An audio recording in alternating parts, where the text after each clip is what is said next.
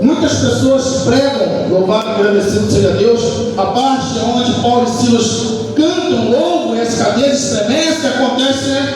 Tudo aquilo, vou chegar nessa parte, mas muitos não falam por que o apóstolo Paulo foi preso. Muitos não falam isso, mas pela misericórdia do Senhor estarei aqui falando.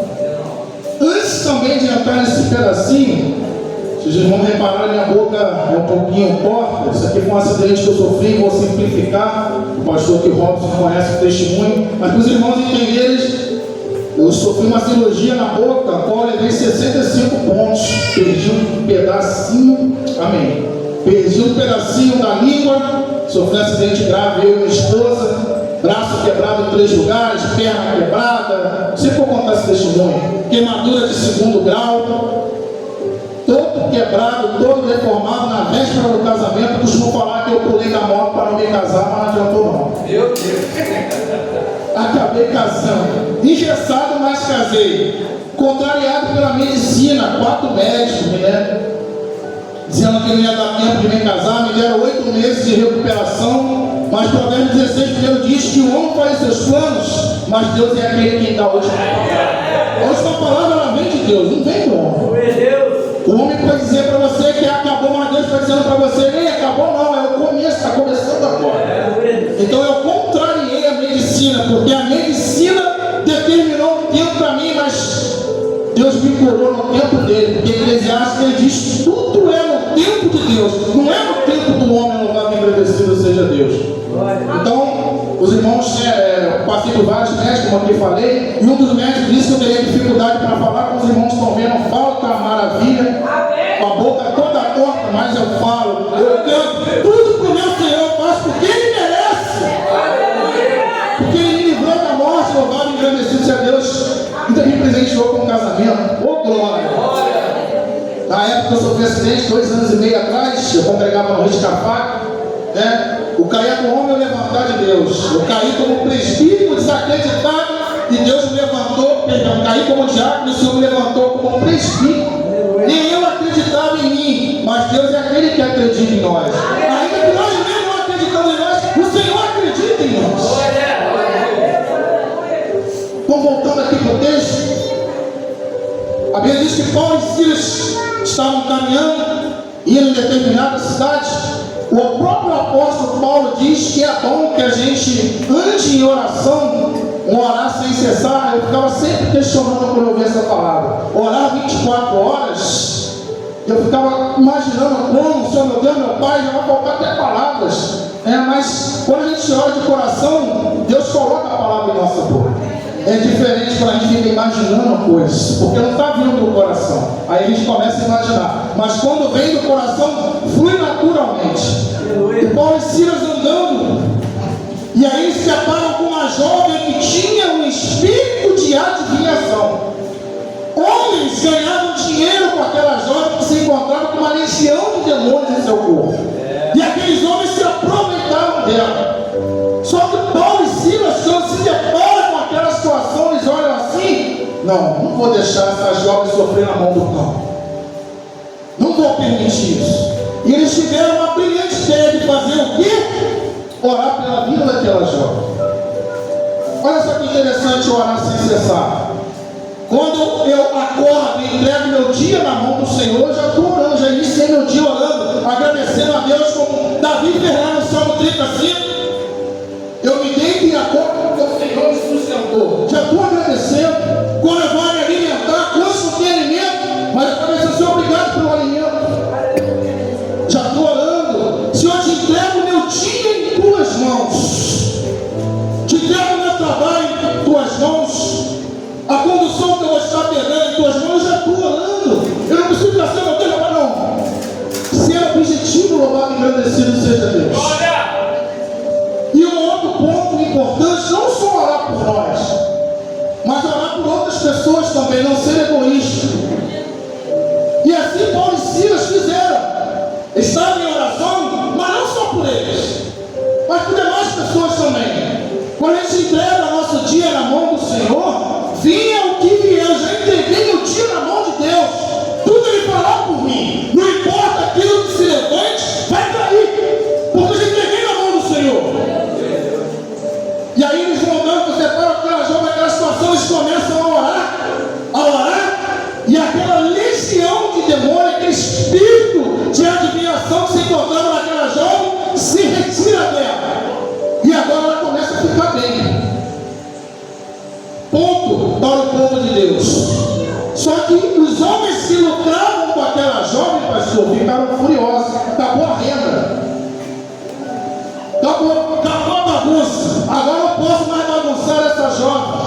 porque agora essa vida não pertence mais a nós, mas pertence ao Deus Todo-Poderoso.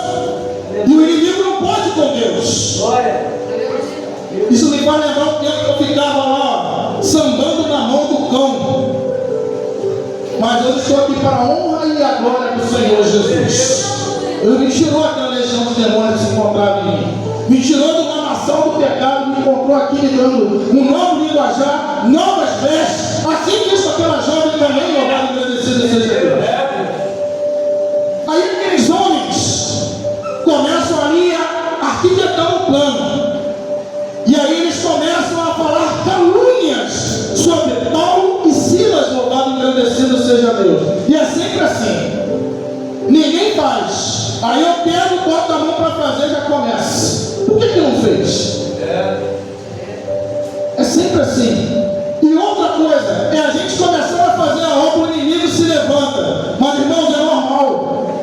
Sempre que a gente fazer a vontade de Deus, o cão vai se levantar. Não tem para onde correr. Se está tudo tranquilo, se a gente for olhar pela ótica espiritual, tem coisa errada aí. Porque quando o cristão faz a obra, não pode estar tudo calmo. Porque o inimigo não fica contente com isso. E eles vão desesperar, não. Claro que não. Porque Jesus falou, tem bom olho para o mundo, teria aflições. Eu venci, vocês também vencerão. Se levantou para cair, porque eu estou contigo. E aí, fizeram aquela tramóia toda, inventaram um monte de calúnia. E aí o que eles fizeram? Eles pegaram Paulo e Silas, acorrentaram eles ali, amarraram eles, pegaram os chicotes, isso antes de prender eles, e tomem chicotada. Eles começam a apanhar. Aí uma coisa que me chama a atenção, quem já leu essa passagem aqui, enquanto Paulo e Silas apanhavam, o que eles ficaram fazendo? Eles reclamaram enquanto apanhavam, murmuraram: o Senhor estava fazendo a tua obra, e é isso que o Senhor me dá a chicotada? É isso que o Senhor permite, Pai? Não, eles não fizeram isso. Eles ficaram calados. Meu Deus. E o corpo mesmo, eles estão calados. Aí mesmo os caras batiam mais deles. E aí, como se não bastasse, imagina eu, aqueles homens ali, já batiam, os caras não fazem nada, não, vamos prender então. Vamos prender, porque bateram, vamos prender para ver se vai acontecer alguma coisa. E aí levam eles presos. Louvado e agradecido seja Deus. E mesmo eles presos, o que eles fazem? Aí agora, falo eu aqui humanamente falando: Senhor, eu fui fazer a tua obra, apanhei. Não murmurei, e agora o Senhor me deixa ir preso? Eu pensaria desse jeito. Poxa, Pai, eu não entendi por que isso. Estou fazendo a tua obra, estou fazendo a tua vontade. Jesus Cristo morreu por nós. Olha quantas coisas ele passou. Ele passou calado como ovelha muda, louvado e agradecido seja Deus. Sou melhor do que Jesus? Não sou. Todos nós estamos sujeitos a passar dificuldades, de obreiro a pastor. Mas murmurar não é a solução, louvado e agradecido seja Deus. Deserto é a escola de cristão, não é lugar para você fazer morada, é local de passagem, louvado e agradecido seja Deus. E aí eles vão para a prisão. Aí eu pensando, agora não vai comer, agora eles vão questionar com Deus, que nada. Paulo e Silas, mediante a prisão, chicoteado, todo machucado, eles têm a brilhante ideia de orar primeiro. Eles não louvaram primeiro. Na sequência diz que eles oraram e louvaram. Presta atenção, quando eu estou orando ao Senhor, significa que eu estou dialogando com o Pai, estou conversando com o Senhor. Eis aí a importância da oração.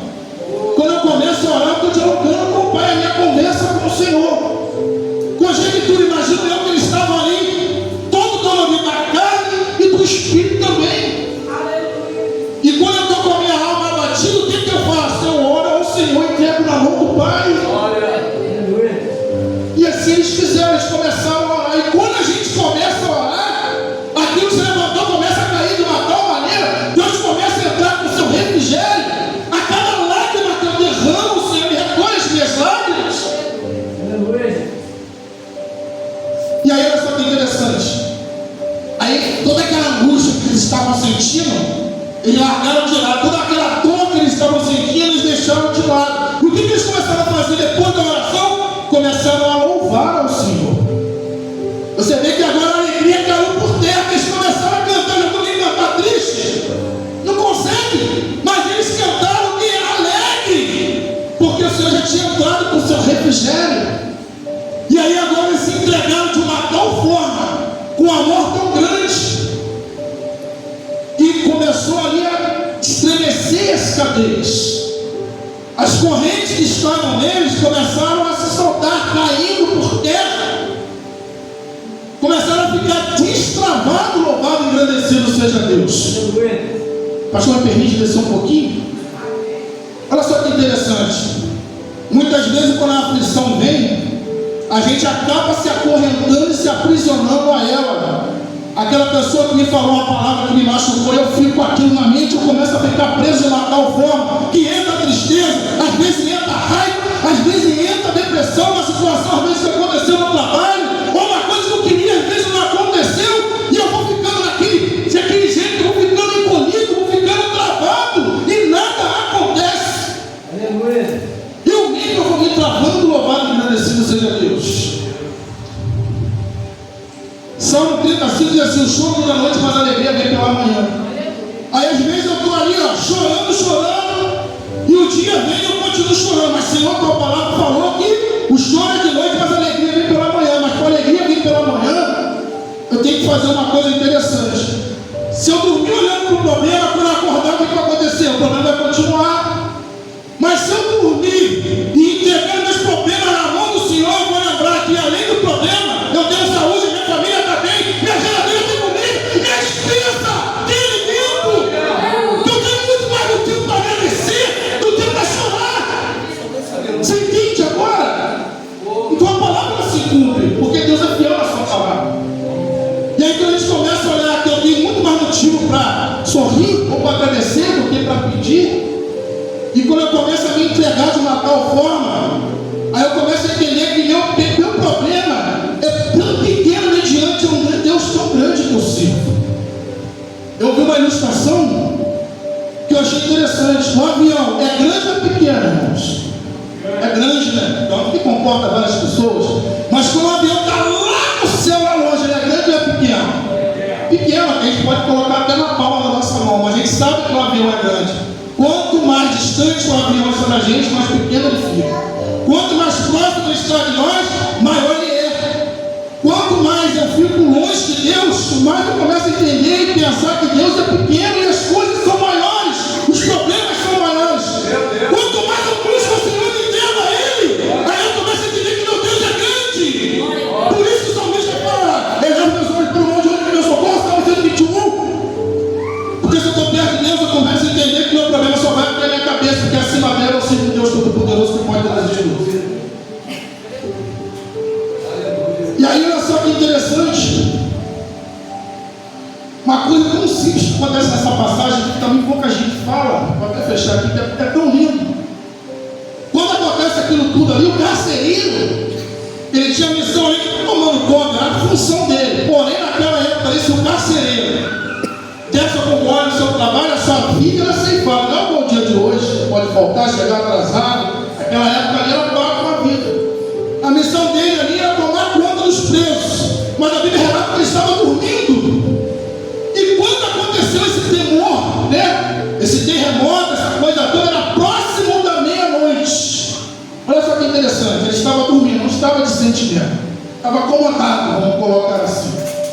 E quando vem aquele terremoto, que ele acorda, que ele desperta, cadê os presos? Ele começa a entrar em desespero.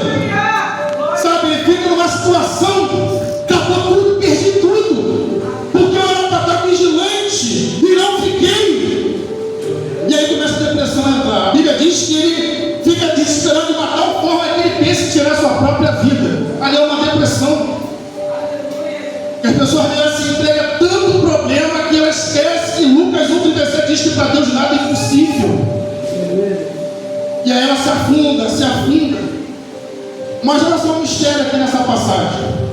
Quando ele faz isso, ele se prostra sobre o chão e resolve ele pegar a sua espada e arrancar a sua vida. O apóstolo Paulo diz: ei, não faz isso não.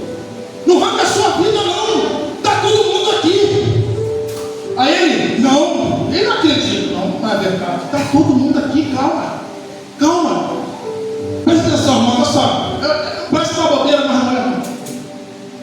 Ele estava tão desnorteado que quando aconteceu aquilo ali, estava escuro. Alguém consegue enxergar no escuro? Não consegue, não tem como, então estava escuro. Então quando ele abriu o olho, estava escuro. Ele dormiu e acordou no escuro. Então ele entrou naquele desespero. Quando o apóstolo Paulo fala para ele que está todo mundo ali, num simples gesto, o apóstolo Paulo faz toda a diferença. E ele, não creio, cadê? Peraí, vou acender a luz. E no acender de luz, os textos estava todo mundo no seu devido lugar. E o que você quer dizer com isso, irmão? Às vezes a gente passa por situações que a gente fica tão desesperado que a gente fica cego. Que a gente cega, às vezes a solução está pertinho da gente, mas a gente fica cego. Meu Deus, não vou conseguir, não vai dar. Você serve a um Deus que pode todas as coisas. A salvação dele estava diante dele, ele não conseguiu enxergar, ele ficou cego. Meu Deus. E era uma coisa tão simples, não acender de luz. A Bíblia diz que o Senhor é lâmpada para os nossos pés, louvado e agradecido seja Deus. Estava tão pertinho dele, mas Deus também é tão bom que Deus sempre coloca pessoas certas em nossa vida, porque diante dele estava ninguém mais, ninguém menos do que o apóstolo Paulo, um homem que outra hora perseguia a igreja, que era chamado de Saulo, e de perseguidor passou a ser perseguido. Era um homem, vou pegar de novo que a diaconisa falou, que naquela época era poliglota, falava 5 línguas, conhecia a palavra de uma tal forma, porque ele era toda a lei, mas não tinha amor naquilo que fazia e não tinha intimidade com o Senhor. A caminho de Damasco, no qual ele ia perseguir a igreja, ele teve um encontro com Jesus no resplendor de luz, a ponto de ficar cego por 3 dias, como se tivesse escama nos seus olhos. Daí veio a conversão dele. Engraçado que o apóstolo Pedro andou com Jesus 3 anos, mas não era convertido. Veio se converter com Jesus, foi morrer na cruz do Calvário. E ele em 3 dias se converteu, sem andar e sem conhecer Jesus diretamente. Louvado e engrandecido seja Deus. Você vê que foi só numa coisa simples. Mas por quê?